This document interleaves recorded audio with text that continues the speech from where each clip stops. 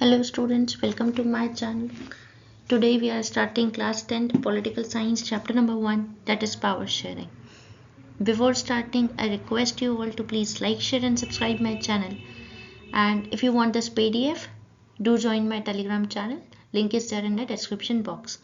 अच्छा, आज हम इस चैप्टर को स्टार्ट करते हैं. ये जो चैप्टर है क्लास 10 का पॉलिटिकल साइंस का चैप्टर नंबर 1 पावर शेयरिंग.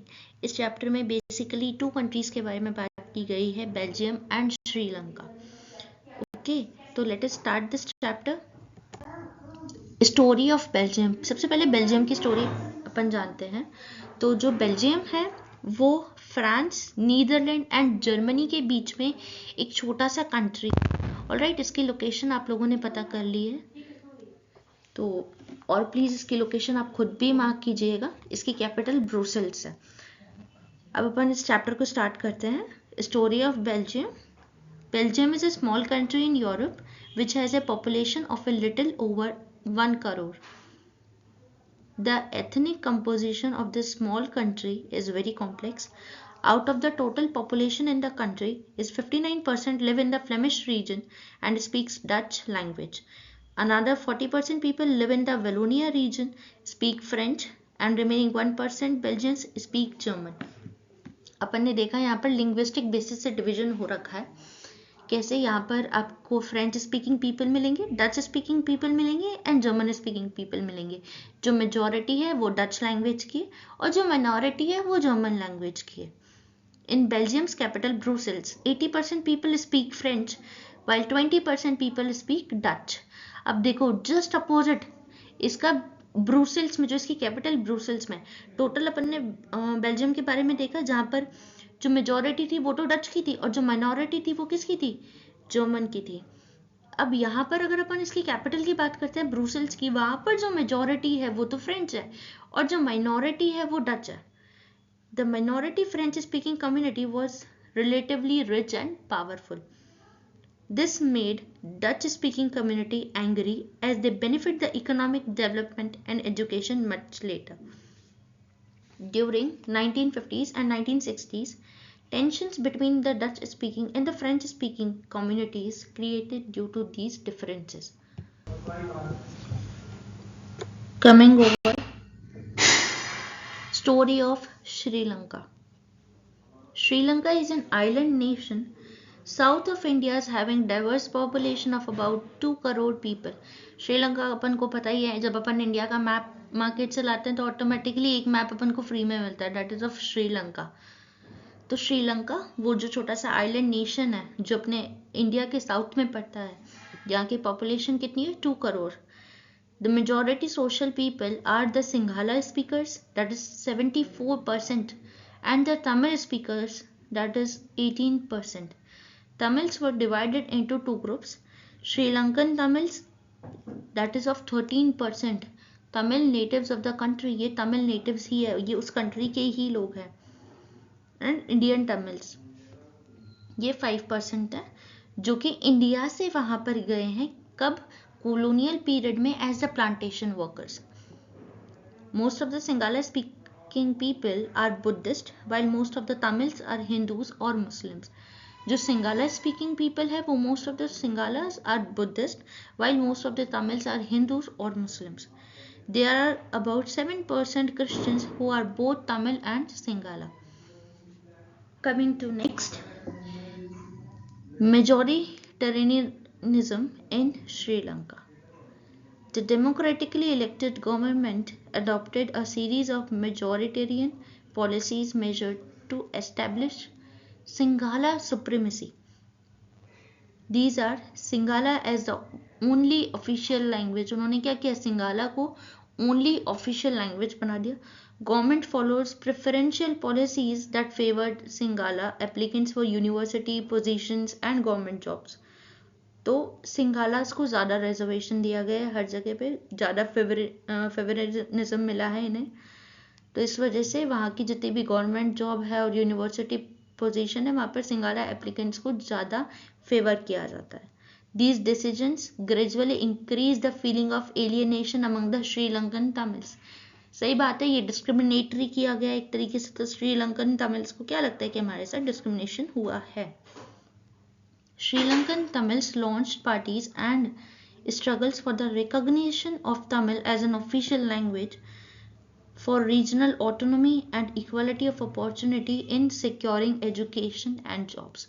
जो श्रीलंकन तमिल्स हैं उन्होंने ऐसी पार्टीज बनाई जहाँ पर जो ये जो श्रीलंकन तमिल है उनका स्ट्रगल को रिकॉग्निशन मिले और ये जो तमिल है ये एक ऑफिशियल लैंग्वेज बने. By 1980, several political organizations were formed demanding an independent Tamil Eelam, that is a state in northern and eastern parts of Sri Lanka. मतलब श्रीलंका को ही डिवाइड करने की बात की गई 1980s तक आते आते. It soon turned into civil war. Civil war जो वॉर एक कंट्री में ही होता है वो सिविल वॉर होता है by their people. Accommodation in Belgium.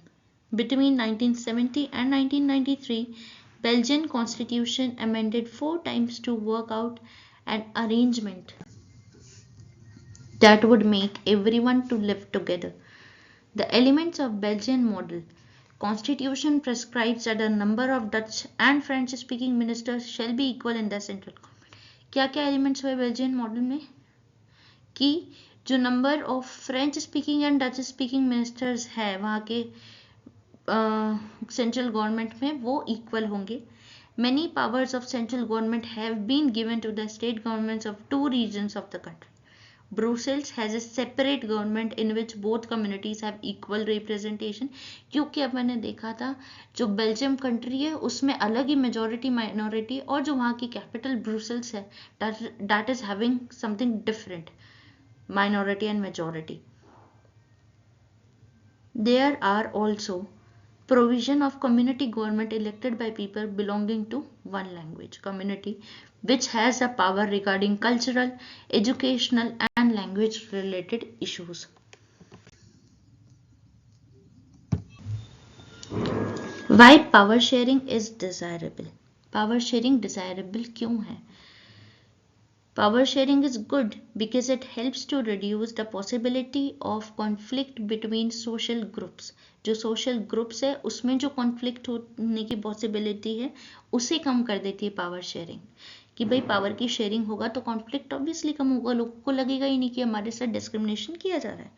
Power sharing is very spirit of democracy. Yes, it is a very crucial part of democracy. A democratic rule involves power sharing with those affected by its exercise and who have to live with its effect. Coming to next, forms of power sharing. बात करते हैं forms of power sharing की. तो basically 2 ही forms होती है, एक तो horizontal होगी और एक फेडरल होगी. बात करते हैं हॉरिजॉन्टल की. Horizontal distribution of power. Power is shared among different organs of government such as legislature, executive and judiciary. For example, in India we are having 3 levels of government, or we can say 3 organs of government: legislature, judiciary and executive. Legislators जो law legislator जो law को बनाते हैं, executive जो law को execute करवाते हैं, judiciary जो विजिलेंस रखती है कि हाँ वो लॉ प्रॉपरली फॉलो किया जा रहा है या नहीं किया जा रहा. In India, India is the best example of horizontal distribution of power. Okay, coming to federal government or vertical distribution of power. Power can be shared among governments of different levels at a general government for the entire country and the government at provincial or regional level. For example, in USA. अच्छा, USA में क्या होता है बच्चों, जो provincial government होती है तो प्रोविंस को देखती है और जो सेंट्रल गवर्नमेंट होती है वो सेंट्रली देखती है, तो दोनों के काम अलग अलग होते हैं, दोनों डिस्ट्रीब्यूटेड रहती है, तो that is federal government. Okay, लेकिन और ये कहाँ होता है, ये यूएसए में होता है. लेकिन बात करते हैं in India we are having horizontal distribution of power. सब एक दूसरे पे अपना चेक रखते हैं. लेजिस्लेटर एग्जीक्यूटिव पे चेक रखेगा और जुडिशरी पे same as executive judicial legislator पे चेक करेगा एंड सेम जुडिशरी लेजिस्लेटिव और एग्जीक्यूटिव पे चेक रखेगी. Okay, next Power sharing may also be shared among different social groups such as religious and linguistic groups. For example, community government in Belgium. मैंने बताया था ना linguistic basis पर division हुआ है, तो जो कम्युनिटी गवर्नमेंट बेल्जियम में बनी है वहाँ पर इस बेसिस पे पावर बनी है. And power sharing arrangement can also be seen in the way political parties, pressure groups and movements control or influence those in powers. Okay, with this we have come to an end of this chapter. If you like this video or my explanation, kindly like, share and subscribe this video. And if you want this PDF, go to my Telegram channel. Link is there in the description box. Okay, that is it for today. Thank you so much.